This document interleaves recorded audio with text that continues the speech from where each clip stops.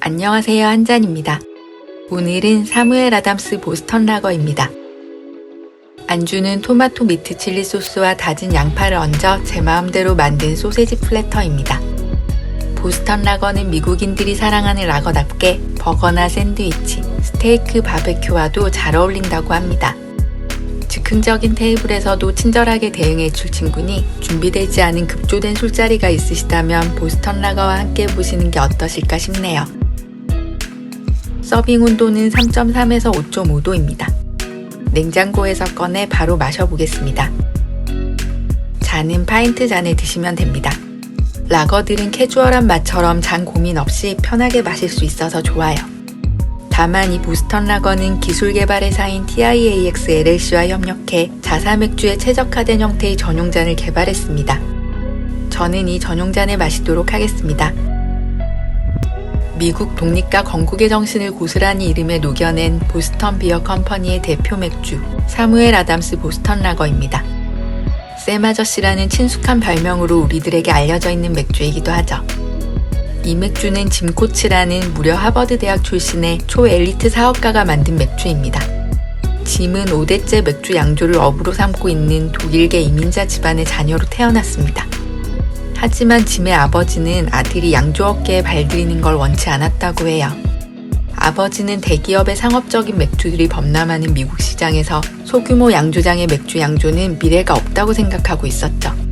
그러한 집안 분위기 속에서 짐은 하버드 대학에 진학해 학사과정을 수료하고 후에 MBA까지 취득해냅니다. 사회에 나와서는 초엘리트 출신답게 고액 연봉의 컨설턴트로 활동하죠. 그러던 어느 날 짐은 늘 마음속으로만 꿈꿔오던 맥주 양조 사업을 시작하기로 마음먹게 됩니다.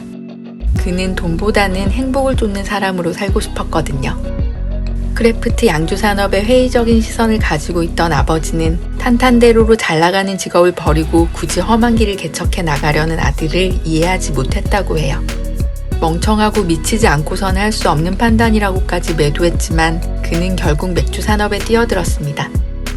시작은 크게 어렵지 않았어요. 고조부가 남긴 훌륭한 비엔나 라거의 레시피가 있었기 때문이었죠. 짐의 손에 의해 다시 태어나게 된 이 맥주는 1985년 4월 15일 애국자의 날에 짐이 존경하는 인물이자 미국 건국의 아버지라 불리는 사무엘 아담스의 이름과 모습을 따 세상 밖으로 나오게 됩니다. 양조업계에 몸담았던 이력과 하버드 대학 출신이라는 점, 마지막으로 한 세계를 혁명으로 이끌었다는 점에서 짐 코츠와 닮아있는 부분이 많은 인물이기도 합니다.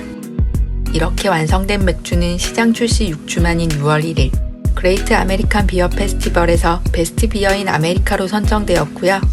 5년간 4번이나 이상을 수상하며 많은 미국인들의 전폭적인 사랑을 받는 맥주가 되었습니다. 그리고 독일 순수령을 통과해 최초로 독일에 판매된 미국 맥주이기도 해요. 행복보다 돈을 쫓는 건 소시오패스나 하는 짓이라고 말하던 짐을 순자산 15억 달러의 억만장자로 만들어준 실속이 꽉 찬 행복의 맥주가 되어준 것은 물론이고요. 그리고 미대륙을 넘어 우리나라에서도 많은 팬들을 가지고 있는 맥주이기도 하죠. 그런데 이 보스턴 라거가 올 1월 30일부로 리마스터 되었다고 합니다. 미국 자국 내에서 유통되고 있는 제품들은 아예 리마스터드 라벨이 붙어 판매되고 있더라고요. 이전 레시피는 그대로 유지한 채 산성화 방식을 사용하고 필터링 과정을 줄이며 새로운 프로세스가 추가되었다고 해요. 보스턴 비어 컴퍼니 측은 이러한 리마스터 과정으로 더 진화한 보스턴 라거를 만나게 되었다고 말하고 있습니다. 짐 코츠가 늘 말했듯 아직은 존재하지 않지만 분명 존재하고 있는 완벽한 보스턴 라거에 더 가까워졌다고 말이죠. 한국에 유통되는 보스턴 라거가 리마스터인지 아닌지의 여부는 확인하지 못했습니다. 본사에 확인 이메일을 넣어봤지만 아직 답변을 받지 못했거든요. 서치를 통해 알아본 바로는 사무엘 아담스 보스턴 라거의 팬이라면 컬러나 향, 그 맛에서 미묘한 차이를 느낄 정도의 격차는 있는 것 같더라고요. 수출품과 내수품의 생산 라인이 다를 것 같진 않지만 제가 오늘 마신 보스턴 라거는 제가 이전에 마신 것과 그리 다르지 않다고 느껴져서 판단이 좀 힘드네요. 만약 한국에 유통되는 물량이 리마스터라면 약간 충격받을 것 같아요. 그렇다면 제가 미각의 기억이 퇴색된 걸로 결론 짓겠습니다. 그럼 지구 반대편 저 너머의 미국인들이 사랑에 맞지 않는 맥주, 사무엘 아담스 보스턴 라거를 한번 즐겨보시죠. 카라멜 같은 진득한 단향과 상큼한 감귤류의 향, 호배 플로럴하면서도 화사한 향들이 아름답게 어우러집니다. 바나나와 같은 부드러운 맛들이 바닥에 옅게 깔려있네요. 비스킷이나 토스트와 같은 건조한 고소함과 달달한 캐러멜이 느껴지고요. 홉의 쌉싸래한 풍미도 비슷한 비중으로 기분 좋게 혀를 쓸고 지나갑니다. 이렇게 쓸고 지나간 홉을 다시금 부드럽게 감싸는 단맛과 이들을 깔끔하게 정리하는 시트러스의 마무리가 훌륭하네요. 시트러스의 존재감이 잔잔한데도 마지막 타자의 역할을 충분히 하고도 남음이 있습니다.